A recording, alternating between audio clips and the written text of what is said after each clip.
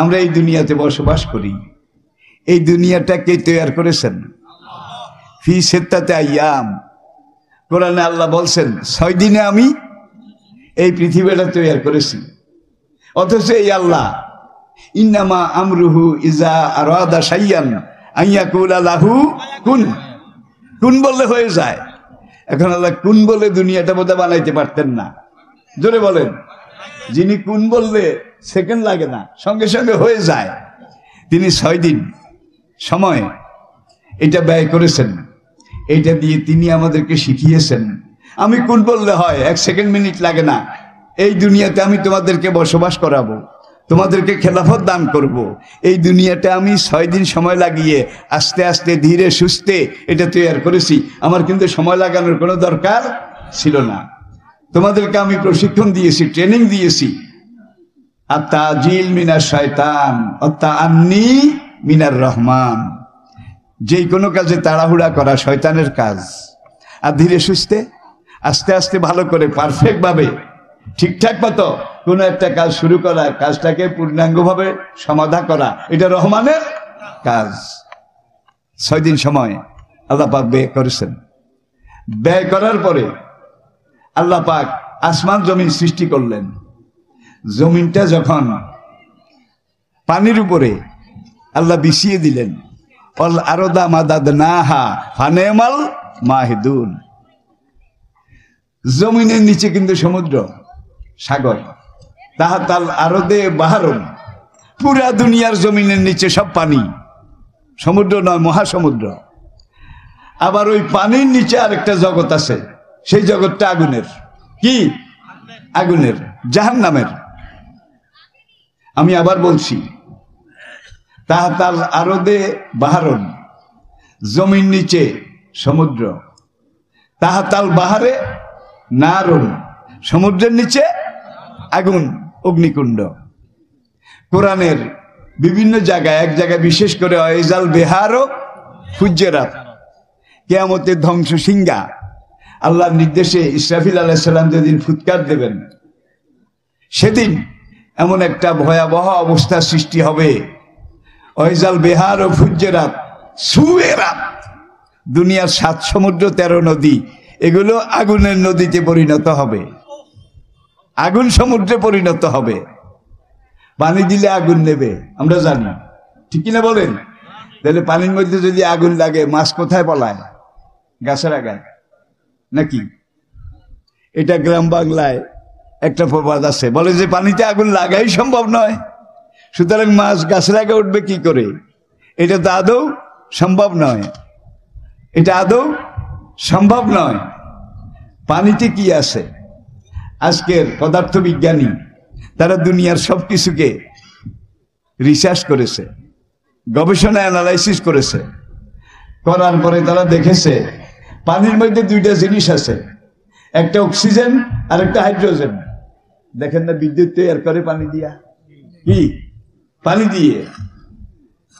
একটা আছে অক্সিজেন, অক্সিজেনটা নিজে জ্বলে, নিজে জ্বলে। হাইড্রোজেনটা আরেকজনরে জ্বালায়, একটা জ্বলে আরেকটা জ্বালায়। যখন কিয়ামতের জল জ্বালা ভূমিকম্পটা শুরু হয়ে যাবে, তখন পানির নিচে আরেকটা জগৎ আছে, আমি বলছি আগুনের জগৎ।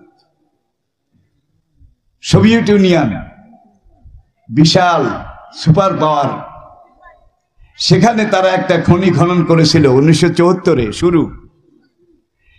এটা হলো মানুষের তৈরি দুনিয়ার মধ্যে সবচেয়ে গভীর গর্ত, মানুষের তৈরি গর্ত। জায়গাটার নাম, গর্তটার নাম Kola super deep bore hole, Kola super deep bore hole. সেখানে তারা প্রথম 11 কিলোমিটার গেছে, 11 কিলোমিটার নিচের দিকে। দেখে যে বালি, কাদা, কালো মাটি, সঙ্গে কিছু লোহা, লোহার কণা, এগুলো আছে। আবার নিচের দিকে তারা খনন করতে করতে 11 কিলোমিটার গেল। এখানে দেখে যে মাটি কম, লোহা, পাথর এগুলো আছে। তারা এই 11 দুগুণে 22 কিলোমিটার নিচে গেল। নিচে যাওয়ার পরে তারা আরো নিচের দিকে গিয়ে মোট 33 কিলোমিটার গেল, 22 মাইল নিচে, এটারে সোজা করেন, নিচের দিকে 22 মাইল, 33 কিলোমিটার যাওয়ার পরে সেখানে জমিনের শেষ স্তর, একবার শেষ লেয়ার, যেটা দেখতে পেল এটা গ্যালভানাইজ আয়রন, এমন লোহা দিয়ে তৈরি যে লোহায় কোনোদিন জঙ্গে ধরে না, মরিচা পড়ে না, এবং এক রকমের মহামূল্যবান পাথর। এই পাথর গলিয়ে ঢালাই এবং গ্যালভানাইজ আয়রনের তৈরি। সেখানে তাপমাত্রা, উত্তাপ, টেম্পারেচার 6000 ডিগ্রি সেলসিয়াস, 6000 ডিগ্রি। 102 জ্বর উঠলে পরনের কাপড় ঠিক থাকে না, কি সে কি কাপড় পরা আছে না উলঙ্গ আছে? 102 জ্বর উঠলে এটার খবর থাকে না।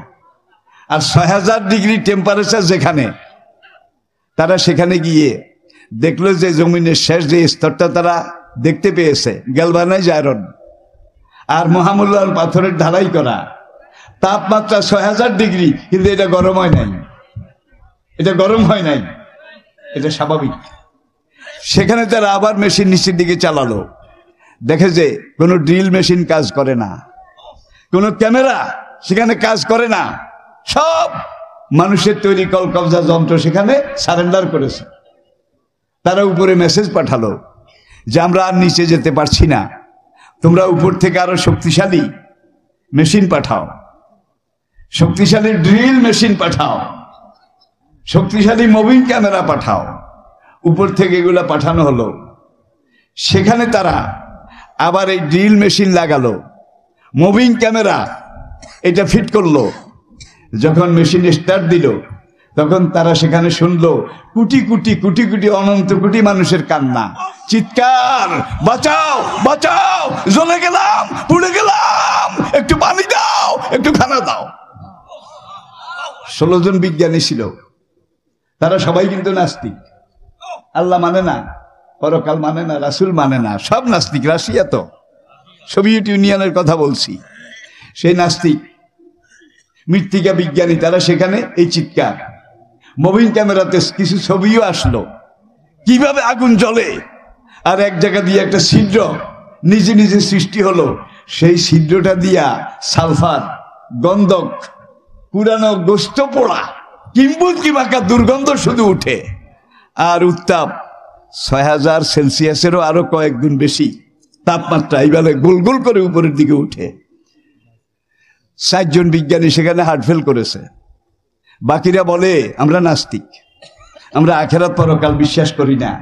কিন্তু আজকে 22 কিলোমিটার মাটির গভীরে, 22 কিলোমিটার মাটির গভীরে কোলোসুপার ডিপ বোর হলের এখানে এসে আমরা মেশিন এবং ক্যামেরা লাগিয়ে যেই চিৎকার, যেই কান্না, যেই হাহাকার, রোদন, বিলাপ শুনতে পেয়েছি, এটা মুসলমানের কোরআনের জাহান্নামের কান্না, এটা সিজ্জিনের কান্না, এটা অন্য কিছু নয়।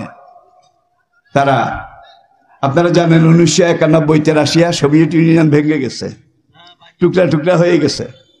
তারপরে এখন আছে রাশিয়া, এখন আর সোভিয়েত ইউনিয়ন নাই, রাশিয়া। এইবার বিজ্ঞানীদেরকে যত বলে, বিজ্ঞানীদের মধ্যে মিস্টার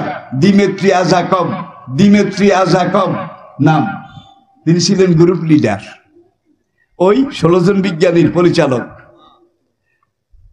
তিনি এইবার বললেন যে না, এখানে আর আমার কোনো এক্সপার্ট, কোন ইঞ্জিনিয়ার যাওয়ার সাহস করে না। কেন সাহস করে না? সেখানে গেলে নরকের কান্না শোনা যায়, নরকের কান্না। আমি কি বুঝাতে পেরেছি? ওরা বলে জাহান্নাম, বলে না নরক। এবং মুসলমানদের কোরআনে যে নরকের কথা বলা আছে, ওয়াইন্না কিতাবাল ফুজ্জারে লাফি সিজ্জিন, যে সিজ্জিনের কথা কোরআনে বলা আছে, আমরা পরকাল আখেরাত কিছুই মানি না, কিন্তু এই কান্না, কোটি কোটি মানুষের এই হাহাকার, চিৎকার, সালফার, তারপরে গন্ধক, সীসা পোড়া, লোহা পোড়া যে গন্ধ আসে, নিশ্চয়ই এটা ওই কোরআনের সিজ্জিনের কান্না। এখানে মানুষের আত্মা, তাদেরকে আগুনে জ্বালানো হচ্ছে, পাপীদের রূহ। আমি শুরুতেই বলেছি, নামাজি, রোজাদার, দিনদার, তাদের রূহ কবজ হওয়ার পরে কোথায় গেছে? ইল্লিনে। বেনামাজি, বেরোজদারি, ফাসেক, ফুজ্জার, অবিশ্বাসী, ধর্মহারা, তাদের রূহ মারা যাওয়ার পরে কোথায় গেছে? কাল্লা ইন্না কিতাবাল ফুজ্জারে লাফি সিজ্জিন। তাদের রুটটা সিজিনে গেছে। 1994 সনে যখন কোনো বিজ্ঞানী আর সেখানে ঢুকতে রাজি হলো না, যে আমরা চাকরি ছাড়তে রাজি আছি, না খেয়ে থাকতে রাজি আছি, কিন্তু এই নরকের দুয়ারে আমরা যেতে রাজি নই, তখন রাশিয়ার গভর্নমেন্ট তাদেরকে বলল, তোমরা সাইবেরিয়া অঞ্চলে যাও, তুন্দ্রা অঞ্চল, তুন্দ্রা একবার রাশিয়ার শেষ উত্তর সীমানা, সেখানে গিয়ে দেখো এই খনিটার লেয়ার সেখানে পাওয়া যায় কিনা। তারা সেখানে আবার খনন কার্য নিচের দিকে যেতে যেতে যেতে 22 কিলোমিটার নিচে গিয়ে পেয়েছে এখানেও সেটা। যত মেশিন লাগায়, যত রকমের তারা প্রচেষ্টা করে, একটা চিৎকার, কোটি কোটি মানুষের কান্না, হাহাকার, বাঁচাও বাঁচাও, জ্বলে গেলাম, পুড়ে গেলাম, একটু পানি দাও, একটু খানা দাও। পরিশেষে 2006 সালে, মনে রাখবে 2006 সালে, এর মধ্যে 4 জন তো ওখানে হার্ট ফেল করেছে, বাকি এরা যারা ছিল এদের মধ্যে 2 জন তারা ওই হার্ট ফেল করার এফেক্টে পরবর্তীতে মারা গেছে। বাকি ইঞ্জিনিয়ারদেরকে যখন বলল তোমরা এখানে খননে যাও, কয় মরতে রাজি আছি, কিন্তু জাহান্নামের দুয়ারে যেতে আমরা রাজি নই। 2006 সালে রাশিয়া গভর্নমেন্ট এই দোনোটা খুব সিল করে দিয়েছে, ভরাট করে ফেলেছে, কোনো ইঞ্জিনিয়ার যখন যায় না। আর প্রশান্ত মহাসাগরের মাঝে আরেকটা গর্ত আছে, এটা হলো আল্লাহ তৈরি, প্রাকৃতিক তৈরি, এই বিশ্বের বুকে সবচেয়ে গভীর গর্ত, এটা কোনো মানুষের বানানো না। আবার বলছি, প্রশান্ত মহাসাগরের তলায় একটা জায়গা আছে, মারিয়ানা ট্রেঞ্চ, মারিয়ানা ট্রেঞ্চ। এইটা আজকের পানির জগৎ, ডুবুরিদের জগৎ, তারা সাগর মহাসাগরের তলদেশে কোথায় কি আছে এগুলাকে অ্যানালাইসিস করে, পর্যবেক্ষণ করে, পর্যালোচনা করে। তারা গিয়ে মারিয়ানা ট্রেঞ্চ, সেটা তলদেশে গিয়ে আবার সেখানে মেশিন লাগালো, ডুবুরিরা, এখানে কিন্তু ডুবুরি, মেশিন লাগিয়ে নির্ধারিত লেয়ারে নিচে গিয়ে তারা আবার ওইটা পেল, ওই কোলা সুপারে যেটা পেয়েছে। সেখানে ওই লক্ষ কোটি মানুষের চিৎকার, জ্বলে গেলাম, পুড়ে গেলাম, বাঁচাও বাঁচাও, একটু পানি দাও, একটু খানা দাও। এরপরে ডুবুরি, তারা বলছে আমরা আর সেখানে যেতে রাজি নই। তাহলে এগুলা দেখা যায় নাই, কিন্তু যে দূর অনুভব করা গেছে, কোরআন যে সিজ্জিনের কথা বলেছে, আজকে নাস্তিক যারা বিশেষজ্ঞ ইঞ্জিনিয়ার তারা সেখানে গিয়ে স্বীকার করেছে, আমরা যদিও নাস্তিক কিন্তু মুসলমানদের কোরআনে যে সিজ্জিনের কথা বলা হয়েছে, এই নরকের দুয়ার আমরা দেখে আসছি। তাহলে আমরা যে সিজ্জিনে বিশ্বাস করি, ইল্লিনে বিশ্বাস করি, কোনো বিশেষজ্ঞ, কোনো ইঞ্জিনিয়ারের কথা বিশ্বাস করি না, আমরা কার কথায় বিশ্বাস করি? কার কথায়? কাল্লা ইন্না কিতাবাল আবরারে লাফি ইল্লিয়িন ওমা আদরাকা মা ইল্লিয়ুন কিতাবুম মারকুম। কাল্লা ওয়া ইন্না কিতাবাল ফুজ্জারে লাফি সিজ্জিন ওমা আদরাকা মা সিজ্জিন কিতাবুম মারকুম। আজকে আধুনিক বিজ্ঞান যত এগোচ্ছে, যত তারা ম্যাচিউরড হচ্ছে, পূর্ণতা পাচ্ছে, বালেগ হচ্ছে, আধুনিক বিজ্ঞানের সবগুলা চিন্তা, গবেষণা, ধ্যান ধারণা কোরআনে এসে মিলে যাচ্ছে। ১,৫০০ বছর আগে কোরআন যা বলেছে, যেটা যেখানে যেভাবে বলেছে, অশামসি ওয়া দুহাহা, কসম সূর্যের প্রখর কিরণের উত্তাপের, তারা সূর্যের কিরণ এটাকে গবেষণা করে মহাশূন্য বিজ্ঞানীরা তারা গবেষণা করে স্বীকার করেছে, অজালনা সিরাজাও ওয়াহাজা, এমন একটা প্রদীপ, এমন একটা জ্বলন্ত সূর্য আমি সৃষ্টি করেছি, এটা তাপ, উত্তাপ, টেম্পারেচারের কোনো অভাব নাই। একদল সৌরবিজ্ঞানী গবেষণা করে স্বীকার করেছে সূর্যের টেম্পারেচার 30 কোটি ডিগ্রি সেলসিয়াস। এটা 100% সত্য মিথ্যা এটা বলা যাবে না, তবে মানছে তো। কি 2200 ডিগ্রিতে লোহা গলে, 2200 ডিগ্রি উত্তাপ দিলে পাকা লোহা পানি হয়ে যায়, 30 কোটি ডিগ্রিতে কি গলে বলেন? সেই জাহান্নাম। যারা বেনামাজি, বেরোজদারি, অবিশ্বাসী, ধর্মহারা, জেনাকার, বদকার, সুদখোর, ঘুষখোর, তাদের জন্য আল্লাহ সেই জাহান্নাম তৈরি করে রেখেছেন। আছে না নাই? জোরে আছে না নাই? যদি আমরা আল্লাহকে মানি, আল্লাহকে জানি, আল্লাহকে স্বীকার করি, হাসরের মাঠ তৈরি হওয়ার আগ পর্যন্ত আমাদের রুটে ইল্লিনে থাকবে। শুরুতে আমি বলেছি বেহেশতের যত রকমের নেয়ামত, যত রকমের সুযোগ সুবিধা, বেহেশতের যত রকমের জিনিস আছে ইল্লিনে তার সবকিছু আছে। ইল্লিনটা বেহেশতের একটা টুকরা। আর বেহেশতটা কেমন হবে? ইল্লিনে আপনি আমি, আল্লাহ যদি কবুল করেন, সবাই পড়ে না আমিন। যখন মরে যাওয়ার পরে আমাদের রূহ ইল্লিনে যাবে, হাসরের মাঠে ওঠার আগ পর্যন্ত অ্যাডভান্স আল্লাহ রাব্বুল আলামিন আমাদের রূহকে বেহেশতের এই নেয়ামত এগুলো রুহানি ভাবে খাওয়াবেন, জিসমানি ভাবে নয়। কারণ শরীরটা রূহের সাথে গেছে না। আমি একটু আগে বলেছি দেহের ধ্বংস আছে, শরীর পচে যায়, ঠিক কিনা বলেন? কিন্তু রূহের ধ্বংস নাই। মরে যাওয়ার পরে রুটা যাবে হয় ইল্লিনে নয় সিজ্জিনে। এখন আমাদের ভিতরে যে রুটা আছে এইটা রুহের জন্য তৃতীয় অবস্থান স্থল, থার্ড ট্রানজিট ক্যাম্প। আপনি বিলাত যাবেন, আমেরিকা যাবেন, একটা জেম্বু জেট বিমানে উঠলেন। এখন বিমান একবারে যেই অকটেন, যেই ফুয়েল, যেই জ্বালানি একবারে নেয়, এই জ্বালানিতে ওই পরিমাণ যাওয়ার ক্ষমতা আছে, যার জন্যে ওই বিমানটা আমেরিকার দিকে ডাইরেক্ট উড়ে না, কি লন্ডনের দিকে ডাইরেক্ট উড়ে না, তারা পশ্চিম দিকে যায়, এটা ঠিক। কিন্তু হয় দুবাই নয় আবুধাবি নয় কাতার, এইসব জায়গায় গিয়ে বিমানটা নামে। নামার পরে 1-2 ঘন্টা রেস্ট নেয়, সময় নেয়। এরপরে আবার নতুন ভাবে জ্বালানি ফুয়েল অকটেন এগুলো ঢুকায়, বিমানকে খাদ্য দেয়। দেওয়ার পরে এই বিমানটা সেখান থেকে উড়ে হয় যুক্তরাষ্ট্রের রাজধানী অথবা লন্ডনের হিথ্রো ইন্টারন্যাশনাল এয়ারপোর্ট, এখানে গিয়ে নামে।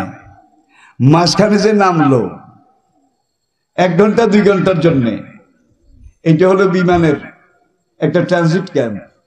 যাত্রীদেরকে আগে জানিয়ে দেওয়া হয় দুবাইতে 2 ঘন্টা কি 4 ঘন্টা এখানে ট্রানজিট আছে, ঠিক কিনা বলেন? আপনার রুটটা সামনের দিকে যাচ্ছে, সামনের দিকে। এখন আপনার রুটটা 60 বছরের ট্রানজিট পয়েন্টে আছে, আপনার সিনার ভিতরে 60 বছরের ট্রানজিট পয়েন্টে। এটা রুহের স্থায়ী কোনো ঠিকানা নয়। স্থায়ী ঠিকানা কোথায়? হয় জান্নাত, বলে না, হয় জান্নাত নয় জাহান্নাম। তাহলে জান্নাত অথবা জাহান্নাম।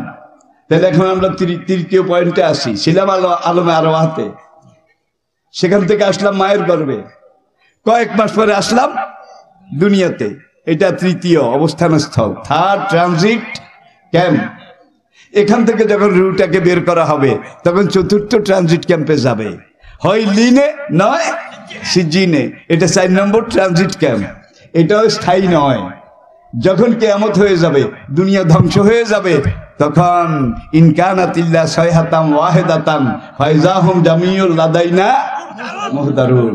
আরেক আয়াতে আল্লাহ পাক বলছেন যে সিংহার আওয়াজটা আবু জেহেল একদিন মক্কার Utba, Walid, Rabia, মগিরা, Saiba, Umayya, মানে নাম্বারি যেগুলা কাফের লিডার, এদেরকে ডেকে দারুন নদওয়াতে একটা গোপন মিটিং করলো। গোপন মিটিং করে যে মোহাম্মদ যেটা বলে এটারে ঠেকাও, ইসলামকে ঠেকাও। লা তাসমাউ লিহাযাল কুরআনে ওয়ালগাও ফীহি, কোরআন তোমরাও শুনিও না, মক্কার কোন লোক যেন শুনতে না পারে।